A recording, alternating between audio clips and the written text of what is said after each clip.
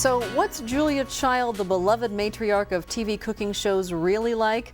We'll talk with her personal assistant about what it's like to work with a living legend. Let's take note with Stephanie Hersh, who has been the full-time personal assistant to Julia Child since 1989. Hersh received a master's degree in gastronomy from Boston University in 1996 and has served as the Boston chapter chair of the American Institute of Wine and Food in 1999 and 2000. Thank you so much for joining us. Oh, it's my pleasure. How did you come to be Julia Child's personal assistant, and what does that job entail? Well, the short answer is that I was thankfully at the right place at the right time. After having received my bachelor's degree from Franklin and Marshall College in theater, English, and anthropology, I went to the Culinary Institute of America in Hyde Park, New York. And then I moved to the Boston area, and I worked in several different hotel kitchens, and then through a sort of strange set of circumstances ended up becoming a chef for a private family. And while I was doing that, I decided that I should learn to use the computer and the typewriter and all of that. And so I enrolled in a 3-month program at a secretarial school. And while I was there, Julia called the school looking for a secretary with a culinary background. So this was there meant I was. To be. Well, what does the job entail? What do you do? Well, I do everything from handling the correspondence that comes in to travel coordination, recipe testing, running errands, you name it, I do it. I've been known to do hair and makeup in a pinch. Okay, this is someone who is regarded as one of the country's most influential culinary experts. She's an admired woman. Let's take a real quick clip it's a compilation of pieces of Julia Child, and then let's talk about it. Okay. Welcome to the French Chef. I'm Julia Child.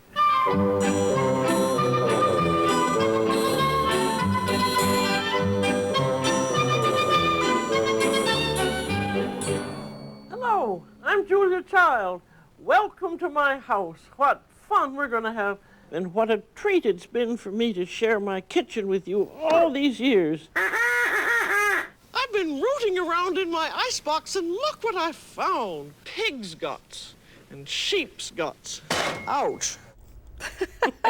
Is she in real life as she appears on television? She is. She is. We have a lot of fun. She has a great sense of humor, and she's very much the same genuine person on camera as off. And I think that's part of what her appeal is to so many people, is that they know they're not getting a show. They're getting the real thing. You know, from childhood on, she's been described as mischievous, cut up, the life of the party. And I've always been curious because she has often been the favorite subject of Saturday Night Live. They do spoofs on Julia Child. Has she ever seen them? And if she has, what does she think of them? You know, it's interesting. When I first started working with Julia, a lot of my friends asked me what she thought of the Saturday Night Live skit with Dan Aykroyd.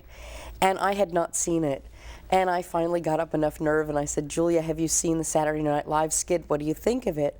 And she said, well, it's very funny, don't you think? And I said, well, actually, I've never seen it.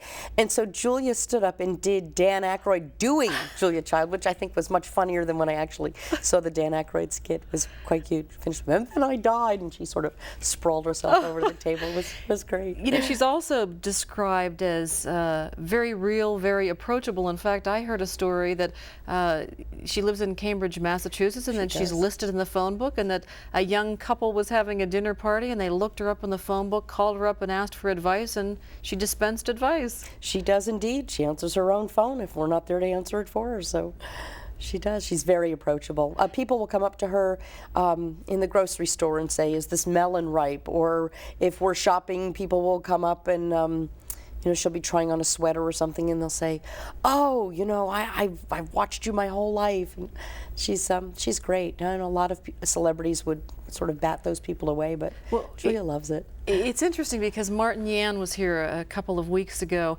and he talked about having lunch with Julia Child. And what impressed us about Martin Yan is the fact that there's no entourage, there's no fussing. And he said Julia Child is the same way. That's true. That's true. So we sort of pared it down to a minimal crew.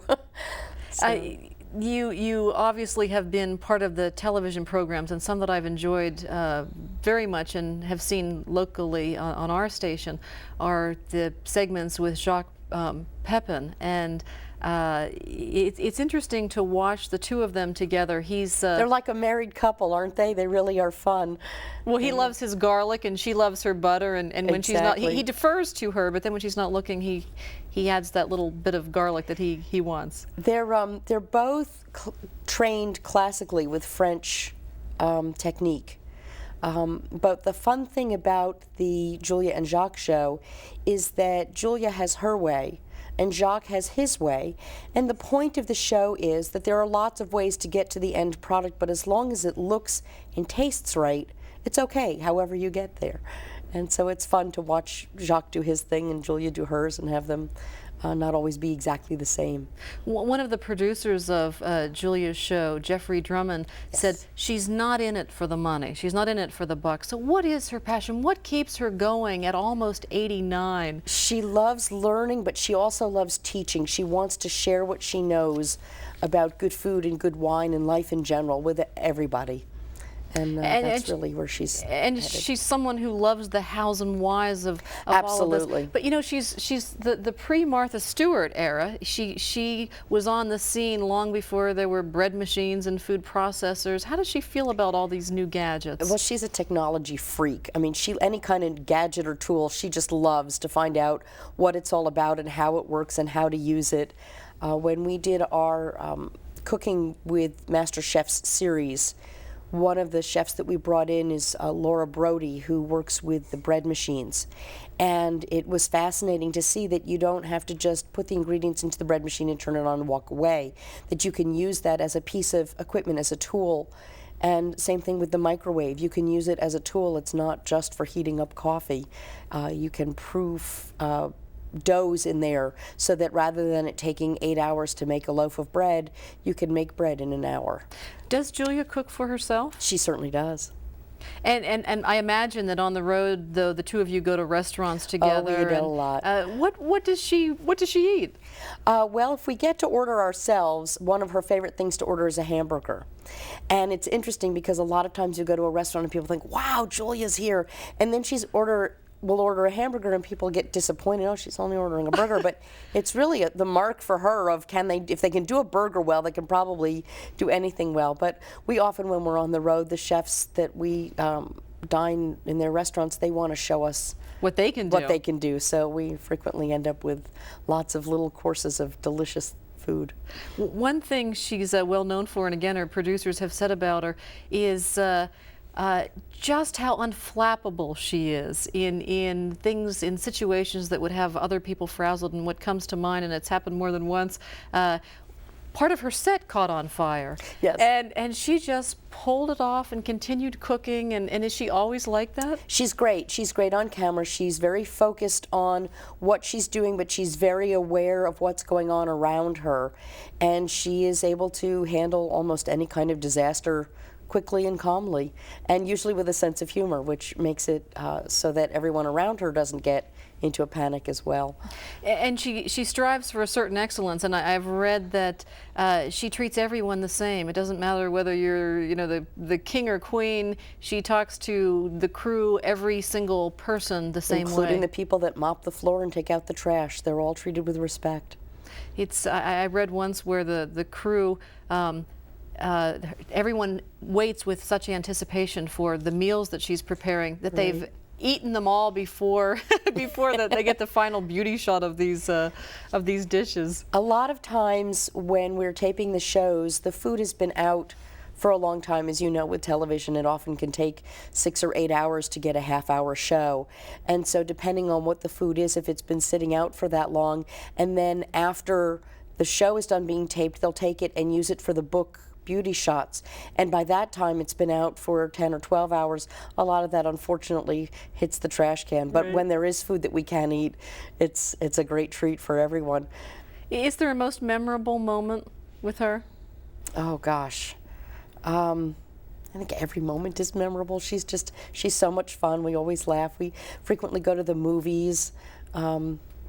And it's such a treat to know that she's a whole person. It's not just Julia on TV cooking. There's a whole She loves the opera, and she loves the theater, and she reads, and she's a strong advocate of Planned Parenthood. And well, it's interesting because I also read she's the quintessential good citizen. Are there causes that are important to her? certainly Planned Parenthood is one that she's advocates, and I think she's very much in favor of making sure that everyone has an opportunity to have a good education.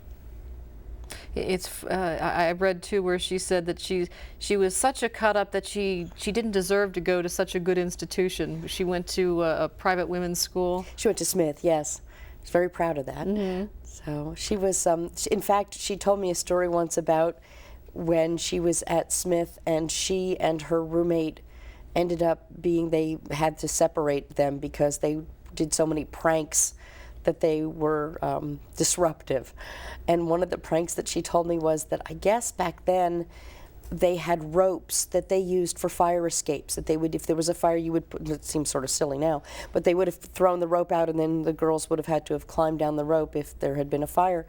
And they took the rope and they tied a large rug to it, and they lowered it out their window to block the window below them that belonged to the house mother, hoping that she would not wake up in the morning and then couldn't get the girls out to class on time.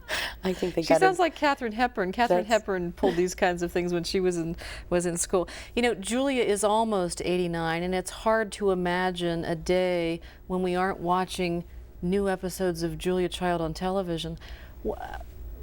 Obviously, there's no one who could step in Julia Child's footsteps. So, to your mind, what will her legacy be?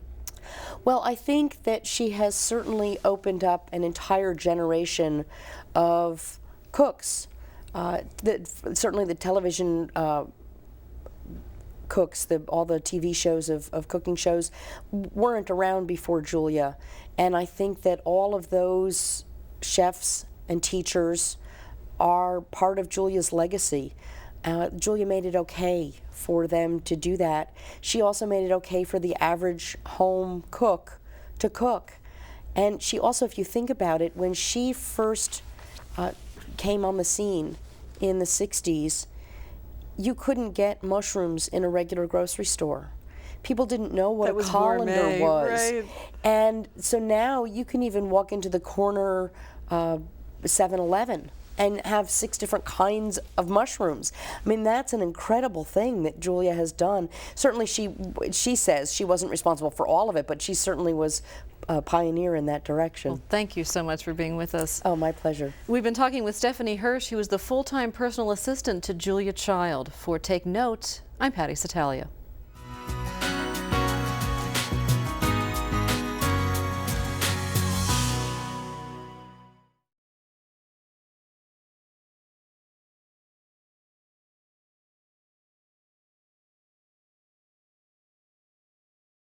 A copy of the program you've just seen can be purchased through Penn State Media Sales at mediasales.psu.edu or by calling 800-770-2111.